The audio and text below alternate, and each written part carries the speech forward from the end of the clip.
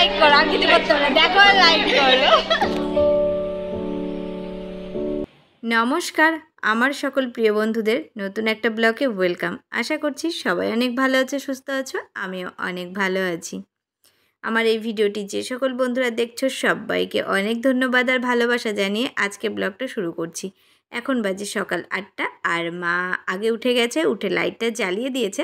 তো ওই জন্য আমি ক্যামেরাটা অন করলাম যে আমি রোজ কীভাবে ঘুম থেকে উঠি। তো এই দেখো ঘুম থেকে মানে সকালবেলা না আমার ঘুম ভাঙতেই চায় না, এটা আমার বহুত পুরনো অভ্যাস। তার জন্য তোমাদের দাদাভাইয়ের কাছে প্রত্যেক দিন বকা খাই, মানে সকালবেলা উঠে একটু হাঁটা চলার জন্য। কিন্তু দেখো আমার অভ্যাস, আগাগোড়াই অভ্যাস, আমি 7:30 8টার সময়ই উঠি। হ্যাঁ, রিশুর যখন পড়া থাকে আর কি, যেদিন 8টায় পড়া থাকে সেদিন আমি 7টার আগে উঠে পড়ি। তো আজকে এমনিতেই অনেকটা লেটে উঠলাম আর কি। আর যেহেতু আজকে হচ্ছে রিশুর হচ্ছে 10-এর মানে ক্লাস 10-এর ফার্স্ট টার্ম এক্সাম শুরু। তো ওই জন্য রাত্রে রিশুর সাথে অনেকক্ষণ জেগেছিলাম, তো ওই জন্য আরও লেট হলো। তো এদিকে লেট এই জন্য হলো কারণ জানি মা আছে, তো রান্নাবান্না মা করবে। আমার হচ্ছে সকালবেলা উঠে রুম ক্লিনিং করাটাই কিন্তু আমার কাজ। তো ঘুমিয়ে ঘুমিয়ে খানিক একটু বসে নিলাম, একটু ঢুলে নিলাম, তারপরে উঠে গেছি দেখো এখন। আর এখন মানে কাজকর্ম শুরু হবে আর কি। তো ফার্স্ট দেখো আমি মানে বিছানার বালিশ টালিশগুলো একদিকে করছি, আর 3জন আমরা এই রুমটাতেই শুয়েছি। চলো রিশুর ঘরের জানলাটা খুলে দিই। তো এই ঘরটাতেই শুতে ভালো লাগে, এই ঘরটাতেই কিন্তু এসে পর্যন্ত বেশিরভাগ দিন এই ঘরটাতেই আমাদের শোয়া হয়। তো এই দেখো জানলাটা খুলে দিয়েছি, বাইরে একদম পরিষ্কার আলো রোদ বেরিয়েছে, আর জানলা খুললেই কিন্তু তুলসী মন্দির দেখা যায়। একটু প্রণাম করে নিলাম, তারপরে চলে আসলাম কিন্তু ডাইনিং হলটায়। তো ডাইনিং হলে এসে লাইটটা জ্বালিয়ে নিলাম। মা উঠে কিন্তু লাইটগুলো জ্বালায়নি, শুধু দরজাগুলো খুলেছে, আর এই জানলা টানলাগুলো আমি উঠেই খুলি সব। তো এই দেখো জানলাটাও খুলে দিয়েছি, আর দেখতে পাচ্ছ মাকে কলের পাড়ে ঠাকুরের বাসন ধুচ্ছে। তো মা উঠেই চলে যায় ঠাকুর ঘরের সামনে, ঝাড়ু লাগিয়ে ঠাকুরের বাসন বের করা থাকে একেবারে নিয়ে চলে আসে নিচে। আর দেখো ওইদিকে আমি বিছানাটা গুছিয়ে নিয়েছি, মানে রিশুর রুমটা আগে ক্লিনিং করে নিয়েছি, কারণ এই ঘরটা পরিষ্কার করে দিলে তারপরে মামাম এখানে এসে পড়বে। মামাম ওই ঘরে পড়ছে, ঘুম থেকে উঠে ওকে ওই ঘরে পাঠিয়ে দিয়েছি যে আমি আগে এই ঘরটা পরিষ্কার করে নিই। ঘরগুলো আমি পরে পরিষ্কারই করি আর কি, ক্লিনিংটা পরে করি, মানে উঠে গাছে জল দিয়ে ব্রাশ ট্রাশ করে তারপরে একটু চা খেয়ে তারপরে করি। কিন্তু আমি স্কুলে যাব, মানে রিশুর সাথে স্কুলে যেতে হবে, ওই জন্য একেবারে মানে সকালে উঠেই আগে রুমটা ক্লিনিং করে নিচ্ছি, তারপরে চা খেয়ে বাইরে বেরোবো, একেবারে পোছা লাগিয়ে গাছে জল দেওয়ার থাকলে জল টল দিয়ে স্নান করে উঠে পড়বো। আর বাদ বাকি তো কাজ তো আমাকে করতে হবে না, রান্নাবান্নার সব দিকে ঝামেলা কিন্তু মা করবে। আর আমি বাজারঘাট আগের দিন পুরো করে একদম ফ্রিজে কিন্তু সব গুছিয়ে রেখে দিয়েছি। তো চলো এখন রুমটাকে ভালো করে ঝাড়ু লাগিয়ে নিই, চারিদিকে কোনায় এদিক ওদিক। আর না প্রচণ্ড মশা, আর মশায় কী হয় বলো তো, দেখতে পাচ্ছ কালো কালো, ওগুলো কিন্তু মশা, মানে অল আউট এরিয়াতে না ঘোরে ওরা নিচে পড়ে থাকে, পা পড়লে ওদের গায়ের ওপর পা পড়লে এবার মারাও যায়। কী বলো তো, মশার ওষুধে কিন্তু মরে না, ওটা ঘোর হয়ে যায়, ওরা পড়ে থাকে, পরে অল আউট বন্ধ করে দিলে না আবারও উঠে যায়। তবে কী বল, এত মশা তো ওই জন্য আমার অল টাইম হচ্ছে দুটো রুমেই বেশিরভাগ টাইমে অল আউটটা জ্বলে, যাতে মশায় মানে অসুবিধা না হয় আর কি, মশার কামড় না খেতে হয়। তো চলো রুমগুলো ঝাড়ু লাগিয়ে নিচ্ছি, আর এইভাবে হাতে ধরে ধরে ভিডিও করতে হচ্ছে, কারণ ট্রাইপডটা খারাপ হয়ে রয়েছে, দেখা যাক কবে আনতে পারি। তো যাই হোক, এই জন্য আমি কিন্তু 2-3 দিন পর পর ভিডিও দিচ্ছি, মানে রোজ রোজ না এই হাতে ধরে ভিডিও করা সম্ভব হয়ে উঠছে না। তো ভাবলাম আজকে যেহেতু রিশুর ফার্স্ট টাইম পরীক্ষা শুরু, তো চলো তোমাদের সাথে আজকে দিনটা শেয়ার করি। তো তারপরে চলে এসেছি দেখো এই ঘরে, মানে আমার বেডরুমটায়। তো এখানে জানলাটাও খুলে দেবো, অনেক বড় জানলা, তো পুরো জানলাটা কিন্তু খুলে দিই না, অল্প একটু মানে একটা পার্ট খুলে দিই। তো এদিকে দেখতে পাচ্ছ, এদিকেও বেশ, এদিকে রোদটা কিন্তু এখন লাগবে, আর পরে আর লাগবে না। আর এই দেখো মাম্মাম এখানে পড়ছিল, এখন আমি মাম্মামকে বললাম যে তুই ওই ঘরে চলে যা। আর আমি প্রত্যেক দিনের মতো সকালবেলা কিন্তু এইভাবে রুম ক্লিনিং করি, মানে একটা সুতির ভালো কাপড় নিই, কাঠের যত ফার্নিচার আছে ঘরে, যত রকমেরই ফার্নিচার আছে, ফুলদানি আছে, তো সবগুলোই কিন্তু আমি এইভাবে মুছে নিই। তো মাঝে মাঝে কুলিন তো দিয়ে মুছি না আমি, আমার কাছে অ্যামোয়ের জুম আছে, তো সেইটা দিয়েও ক্লিন করি মাঝে মাঝে। তো ওটা রোজ করি না, 15 দিন পর হয়তো একদিন করি। আর তাছাড়া আমি এরকম শুকনো কাপড় দিয়ে প্রত্যেক দিন কিন্তু ঘর পরিষ্কার করার আগে কিন্তু আমি এগুলো মুছে নিই। তো এই শিবাজির মূর্তিটাও কিন্তু একটু পুরোটাই তামার কিন্তু, তবে একটু মনে হচ্ছে যেন কালো কালো হয়ে এসছে। আমার তো এটা তো ওই মানে দেওয়ালের যে বাইরে ডাইনিং হলের ওয়ার্ড্রপ ছিল তার মধ্যে ছিল, তো সেটা তো এখনও নিয়ে আসা হয়নি, কিন্তু জিনিসগুলো আমি বার করে নিয়ে এসেছি আর ওইটা খালি ওইভাবে পড়ে আছে। তো দেখা যাক, তোমাদের দাদাভাই এবার আসলে নিয়ে আসতে হবে, কারণ এখনও পর্যন্ত ঘরে টিভি সেট করিনি ওই বক্সটার জন্য। ওটা হচ্ছে টিভি ক্যাবিনেটই বলতে পারো, আমার যেটা ছিল আর কি, তো রয়েছে এখনও, সেটা আনতে হবে। তো এইভাবে দেখো প্রত্যেকটা ফার্নিচার আমি এইভাবে মুছি, আর চিরুনিগুলো প্রত্যেক সপ্তাহে পরিষ্কার করি। তো দেখছি দেখো পরিষ্কার করতে এসে একটু কালো কালো লাগলো, তো সেটা আমি এখন নামিয়ে রেখে আসছি। তো স্নান করার সময় চিরুনিগুলো ধুয়ে দেবো, আর প্রত্যেক সপ্তাহে কিন্তু একদিন করে চিরুনি আমি ধুয়ে নিই। তো এটাই ঠিক, প্রত্যেক সপ্তাহে কি প্রত্যেক দিনই ধুয়ে রাখলে আরও ভালো হয়। আর সবাই মানে যার যার চিরুনি শেষে ব্যবহার করাই উচিত। অনেকের অনেক স্ক্যাল্পে কিন্তু অনেক রকম নোংরা থেকে থাকে, তো ওই জন্য নিজেরটা নিজে ব্যবহার করা উচিত, অন্য কারোরটা নয়। আর প্রত্যেক দিনই ওটাকে পরিষ্কার রাখা দরকার, কিন্তু আমরা তো সেইভাবে রাখতে পারি না। তবে চেষ্টা করি সপ্তাহে সপ্তাহে চিরুনগুলোকেও ক্লিনিং করে রাখার জন্য। তো আমি কিন্তু এইভাবে প্রত্যেক দিন রুম ক্লিনিং করে থাকি।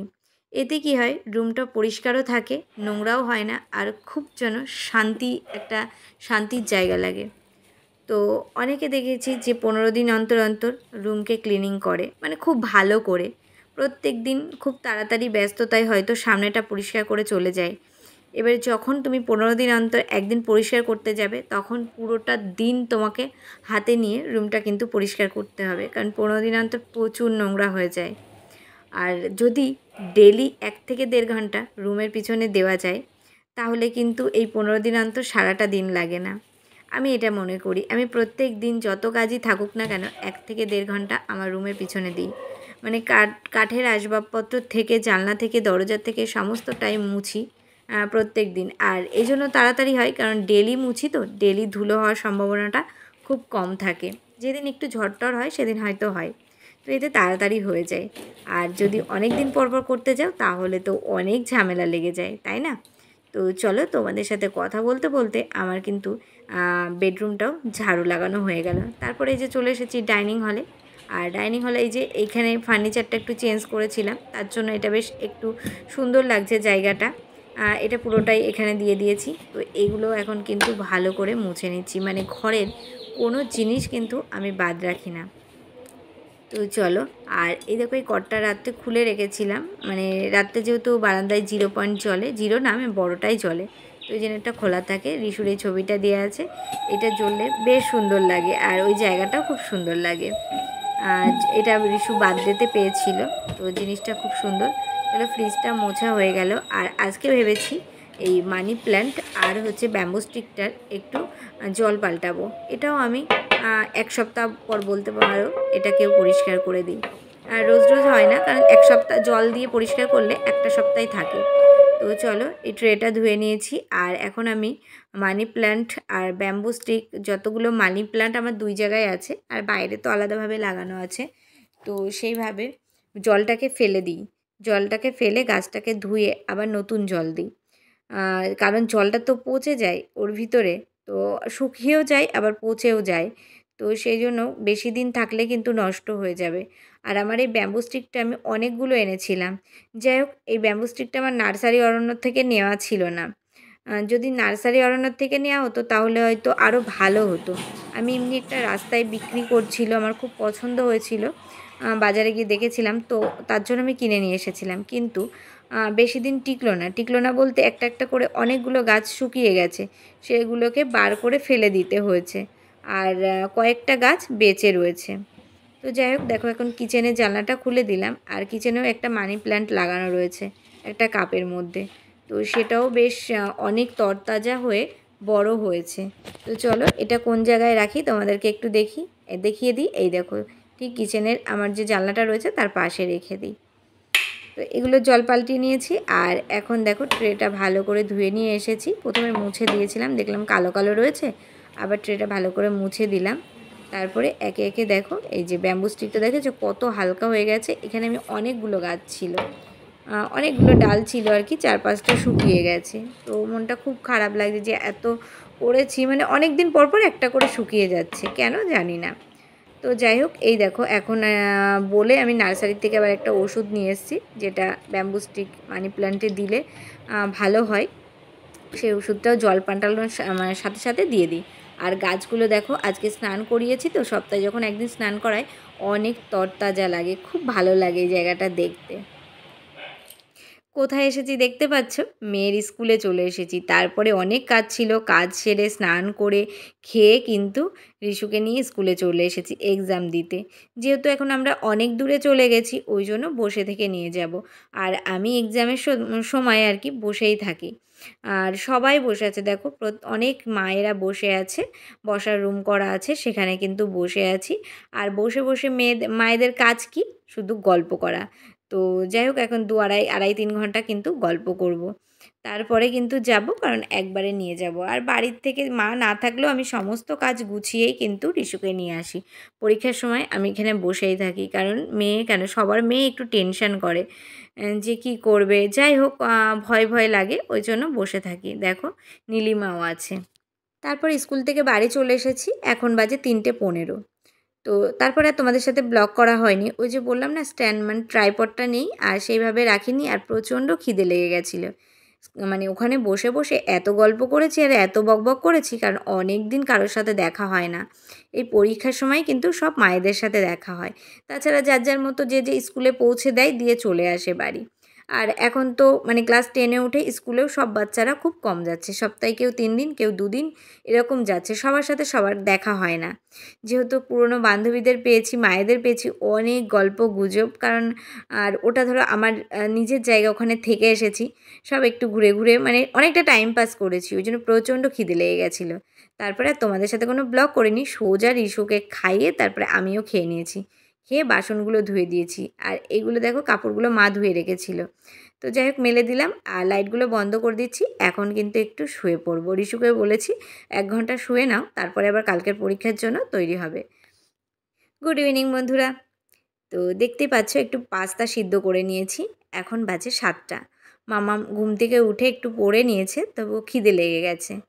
তো সন্ধ্যার টিফিনে আজকে কী দেবো, তো ভাবলাম একটু পাস্তা করে দিই। তো পাস্তাটা সিদ্ধ করে নিয়েছি, সিদ্ধ করে ভালো করে জল দিয়ে ধুয়ে রেখেছি। পেঁয়াজ কুচিয়েছি, রসুন কুচিয়েছি, আদা কুচিয়েছি। তো ঘরোয়া পদ্ধতিতে দেখো কিভাবে ঝটপট আমি পাস্তা বানাই। তো পাস্তাতে কোনো ডিম দেব না। পাস্তার মধ্যে ডিম রিশু সেইভাবে পছন্দ করে না, আমিও পছন্দ করি না। আর আমার মা তো একদমই পছন্দ করে না। তো তার জন্য আজকে ডিম ছাড়াই পাস্তা হবে। তেল গরম হয়ে গেছে, রসুন কুচি আর আদা কুচি দেখো দিয়ে দিয়েছি। দিয়ে ভালো করে নাড়িয়ে লাল হয়ে গেলে এখন আমি পেঁয়াজ কুচিগুলো দিয়ে দিচ্ছি। তো পেঁয়াজটা খুব বেশি দিইনি, দেখো 2টো পেঁয়াজ দিয়েছি বড় বড়। তো পেঁয়াজ কুচি দেওয়ার পরে কিন্তু নাড়াচাড়া করব। তো আজকে কোনো সবজি ছাড়াই পাস্তা বানাবো। অনেকে অনেক সময় থাকে না যে সবজি ঘরে থাকে না, তো সেদিন কিভাবে করব, সবজি দিয়েই যে পাস্তা করতে হবে তা কিন্তু নয়। সব রকমভাবেই কিন্তু খাওয়া যায়। তো আজকে যেমন ক্যাপসিকাম, গাজর কিছুই ছিল না ঘরে, তো ওই জন্য শুধুই করছি। তো একটু লঙ্কা কুচিয়ে দিলাম, হালকা হলুদ দিয়ে দিচ্ছি। কারণ হলুদ পাস্তা, হলুদ চাউমিন খেতে কিন্তু বেশি ভালো লাগে, আমারও ভালো লাগে। লবণ দিয়ে দিয়েছি। বেশ ভালো করে দেখো নাড়াচাড়া করে একটু ভাজা ভাজা করে নিচ্ছি। খুব বেশি ভাজবো না, পাস্তা চাউমিনে পেঁয়াজ কিন্তু একদম পুড়িয়ে ভাজলে ভালো লাগে না। তো বেশ ভাজা ভাজা হয়ে গেছে। এখন দেখো সিদ্ধ করা পাস্তাগুলো দিয়ে দিচ্ছি। তো পাস্তাগুলো দিয়ে কিন্তু এখন বেশ খানিকটা নাড়িয়ে চাড়িয়ে নেব, বেশ খানিকটা ভাজা হবে।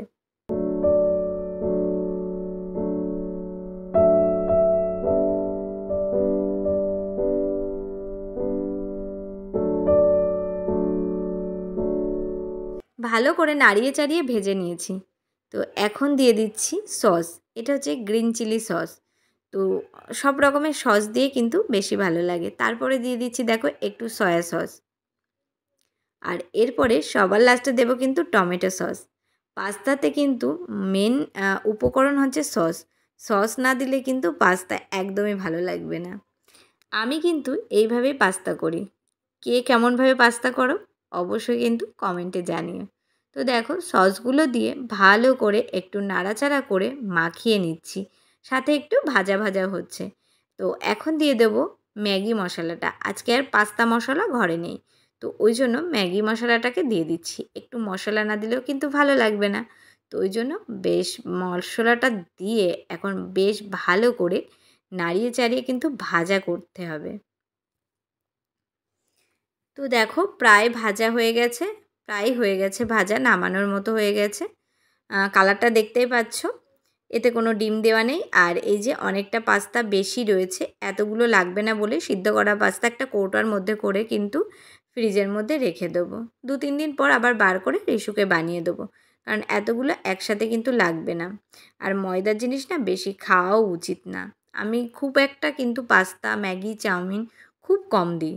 মানে 10 দিন 15 দিন পর গিয়ে হয়তো একদিন যে কোনো একটা, মানে 3টের মধ্যে যে কোনো একটা দিই। তো চলো পাস্তাটা রেডি হয়ে গেছে, আর এখন দেখো নামিয়ে নেব।